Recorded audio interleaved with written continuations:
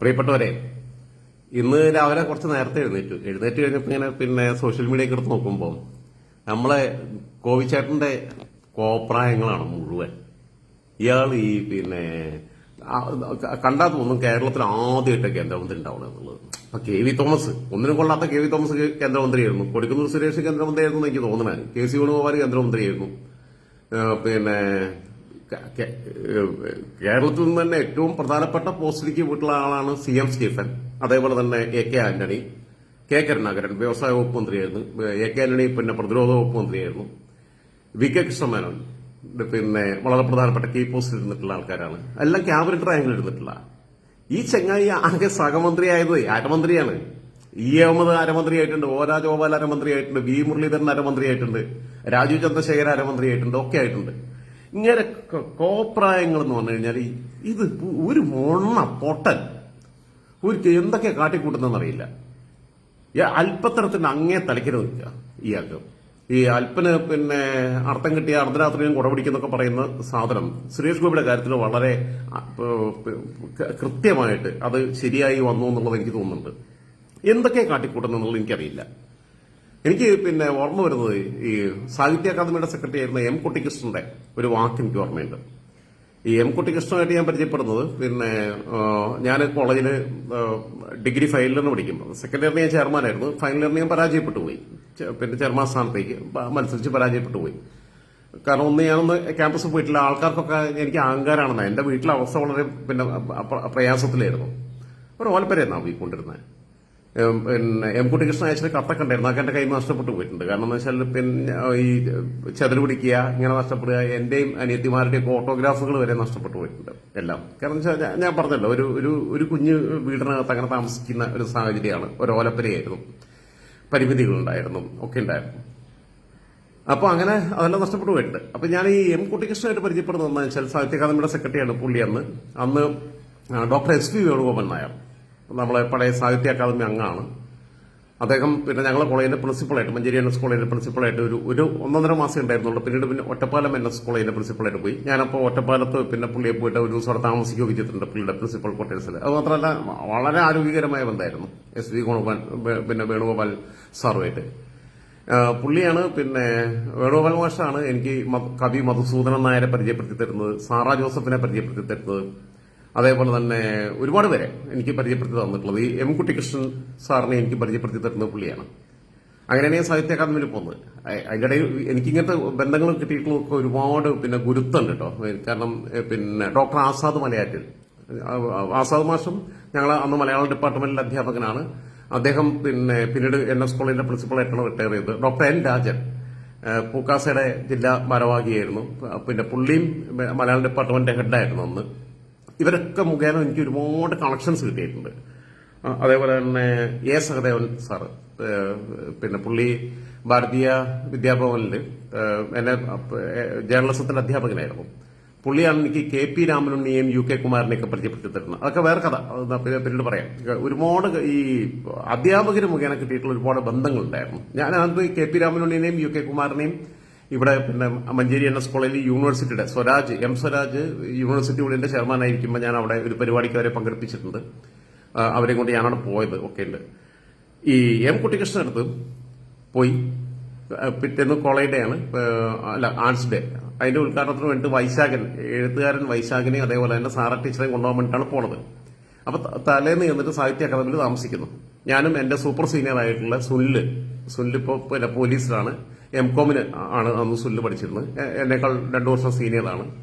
സുനിലും കൂടി പോകുന്നു. അവിടെ സാഹിത്യ അക്കാദമിയിൽ അന്ന് MTയുടെ റൂമാണ് ഞങ്ങൾക്ക് തന്നത്. MT ആണ് അന്ന് പ്രസിഡന്റ്. അപ്പൊ ആ ഇറ്റ് വാസ് ഇൻ 97-ലാണ്, 1997-ലാണ്. അപ്പോ അവിടെ ചെന്ന് താമസിക്കുന്ന സമയത്ത് ഞാനന്ന് അങ്ങനെ മദ്യപിക്കുന്നുമില്ല. സുല്ല് ഒരു ഫൈറ്റൊക്കെ മേടിച്ച് സുല്ല് കഴിച്ചപ്പോൾ M കുട്ടിക്കൃഷ്ണനെ വിളിച്ചു. പുള്ളിയും M കുട്ടിക്കൃഷ്ണൻ സാറ് മരിച്ചുപോയി. പുള്ളിയും 2 പേർക്കൊക്കെ അടിച്ച് ഇരുന്ന് വർത്താനം പറഞ്ഞിരിക്കുക. അതിൽ പുള്ളി അത്യാവശ്യം ഫോമിലായപ്പോൾ എന്നോട് പറഞ്ഞു, ഈ അന്ന് മറ്റേ നാസ മേലേക്ക് ഒരു പട്ടീനെ വിട്ട സമയമാണ്, ബഹിരാകാശത്തേക്ക്, സ്പേസിലേക്ക്. എന്നോട് പറഞ്ഞു ഈ പട്ടിയെ വിട്ടു. പട്ടിക വിട്ടതെന്ന് രാജൻ എന്താ മനസ്സിലായെന്ന് ചോദിച്ചു. എനിക്ക് തർക്കിക്കുന്ന സ്വഭാവമുണ്ട്. ടി പത്മനാഭനുമായിട്ടും അങ്ങനെ ഒരു അനുഭവം ഉണ്ട് കേട്ടോ.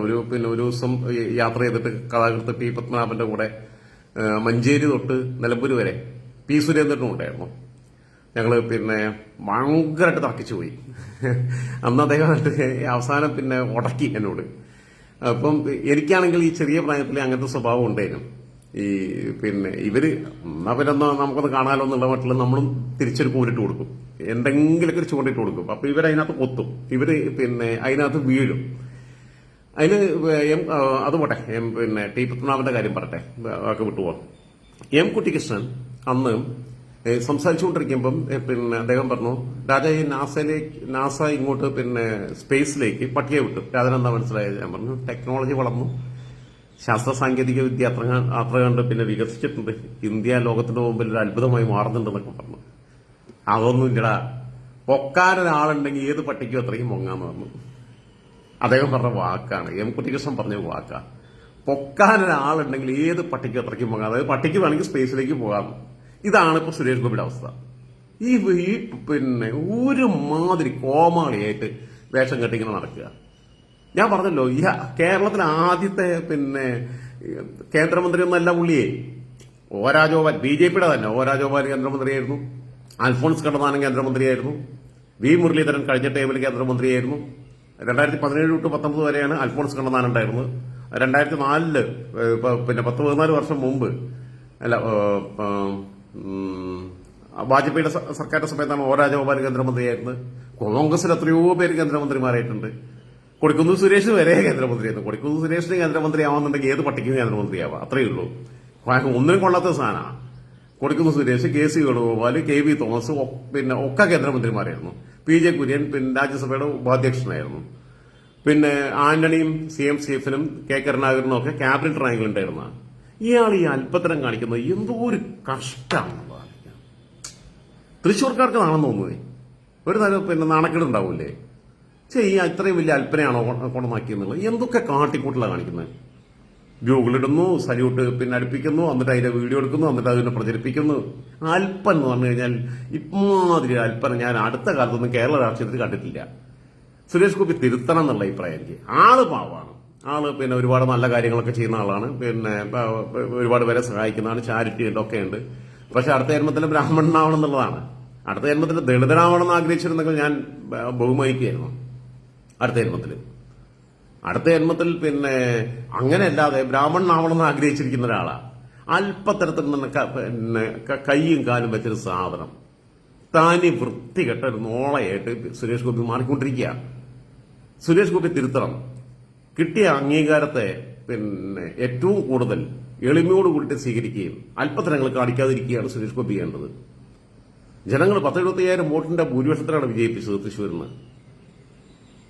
അത് ഒരു മനുഷ്യനോടുള്ള സഹാനുഭൂതിയുടെ ഭാഗമായിട്ടാണ്. കാരണം എന്ന് വെച്ചാൽ 5 വർഷം അവിടെ ക്യാമ്പ് ചെയ്ത് നിൽക്കുകയായിരുന്നു.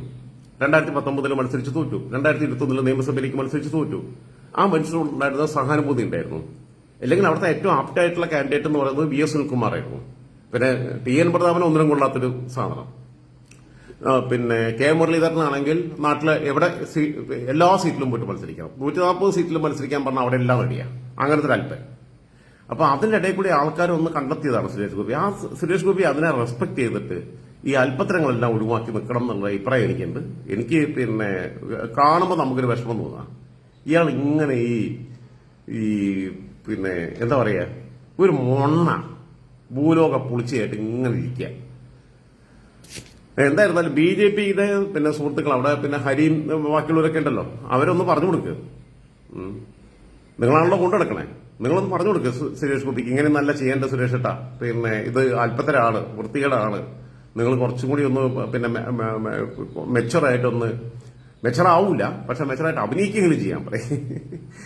ഇയാൾക്ക് എന്ത് മെച്ചോറിറ്റി ഉണ്ടാവാനാ? ഒരു കാലത്തും ഉണ്ടാവില്ല. ഈ 10-65 വയസ്സായിട്ട് ഇതുവരെ മെച്ചോറിറ്റി ഇല്ലാത്തൊരു പൊട്ടൻ ഇനിയിപ്പം മെച്ചോറിറ്റി ഉണ്ടാവും, അതൊന്നുമില്ല. പക്ഷെ എന്താ വെച്ചാൽ അല്പത്തരം കാണിക്കാതിരിക്കാൻ പറയുക, അദ്ദേഹത്തോട് മാന്യമായിട്ട് ആൾക്കാരുടെ അടുത്ത് പെരുമാറാൻ പറയുക, അദ്ദേഹത്തോട് ഈ ഊളത്തരം ഒന്നും കാണിച്ചുകൊണ്ട് ഇരിക്കാതിരിക്കാൻ പറയുക. കാരണം വെറുതെ എന്തിനാ, ജനങ്ങൾ വോട്ട് ചെയ്ത് ജയിപ്പിച്ചതല്ലേ. അദ്ദേഹത്തോട് ഇഷ്ടമുണ്ട്, ഇഷ്ടമുള്ളതുകൊണ്ടാണ് പറയണേ. സുരേഷ് ഗോപിയോട് കാരണം ആള് പാവമാണെന്നറിയാം, ഒരുപാട് ചാരിറ്റി ചെയ്യുന്ന ആളാണ്, നന്മയുള്ള മനുഷ്യനാണ്.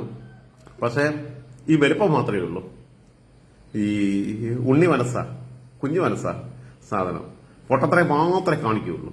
ഇയാൾ മിണ്ടാണ്ടിരുന്നാൽ മതി, വാ തുറക്കാതിരിക്കുക, ആക്ഷൻ കാണിക്കാതിരിക്കുക, ഇത് മാത്രം ചെയ്യാതിരുന്നാൽ മതി. ഞാൻ പറഞ്ഞല്ലോ, ഞാൻ പലപ്പോഴും പറഞ്ഞിട്ടുണ്ട്, ഭരചന്ദ്രൻ IPS ഹാങ് ഓവർ ഇന്ന് പുള്ളി മാറിയിട്ടില്ല. പുള്ളിയുടെ വിചാരം പുള്ളിക്ക് IPS ഉണ്ട്, പിന്നെ പുള്ളി കമ്മീഷണറാണെന്ന വിചാരം. കമ്മീഷണർ അല്ലെന്നേ, അതങ്ങ് തിരിച്ചറിയും. അത് സിനിമയ്ക്കകത്ത് അഭിനയിച്ചതല്ലേ ഉള്ളൂ, കമ്മീഷണർ സിനിമയ്ക്കകത്ത്. അങ്ങനെയാണെന്നുണ്ടെങ്കിൽ പിന്നെ മമ്മൂട്ടി മറ്റേ മൃഗീയ സിനിമയ്ക്കകത്ത് വാറിനെ പോലെ ഏതെങ്കിലും പിന്നെ പുലിയും കടുവയൊക്കെ നാട്ടിലിറങ്ങും എന്ന് പറയുമ്പോൾ തോക്കെടുത്ത് കൂടിയൊക്കെ പോയി കഴിഞ്ഞാൽ എങ്ങനെ ഉണ്ടാവും? ഇയാൾ എന്തൊരു, അല്ലെങ്കിൽ പിന്നെ മോഹൻലാൽ പുലിമുരുകൻ എന്ന് പറഞ്ഞ് പുലിയെ പിടിക്കാൻ പോകുക എന്ന് പറഞ്ഞു കഴിഞ്ഞാൽ ഇയാൾക്ക് ഈ കമ്മീഷണർ സിനിമയുടെ ഹാങ് ഓവറിൽ നിന്ന് വിട്ടു മാറണം. സുരേഷ് ഗോപി അല്പത്തരാണ് കാണിച്ചുകൊണ്ടിരിക്കുന്നത്. താനി വൃത്തികേടെന്ന് പറഞ്ഞു കഴിഞ്ഞാൽ പിന്നെ മനുഷ്യന് അറപ്പുണ്ടാക്കുന്ന രീതിയിലുള്ള അല്പത്തരാണ് കാണിച്ചുകൊണ്ടിരിക്കുന്നത്. സുരേഷ് ഗോപി തിരുത്തണം, സുരേഷ് ഗോപിയെ തിരുത്തിക്കണം. അത് ഹരീം ഉൾപ്പെടെയുള്ള പിന്നെ ആൾക്കാർ, സുഹൃത്തുക്കള്, തൃശൂർ ജില്ലയിലെ BJPക്കാര് തിരുത്തും എന്ന് ഞാൻ പിന്നെ പ്രതീക്ഷിക്കുന്നു. തിരുത്തിച്ചില്ലെങ്കിൽ എനിക്കൊരു ചുക്കുമില്ല. അയാൾക്ക് വേണമെങ്കിൽ തിരുത്തിയാൽ മതി.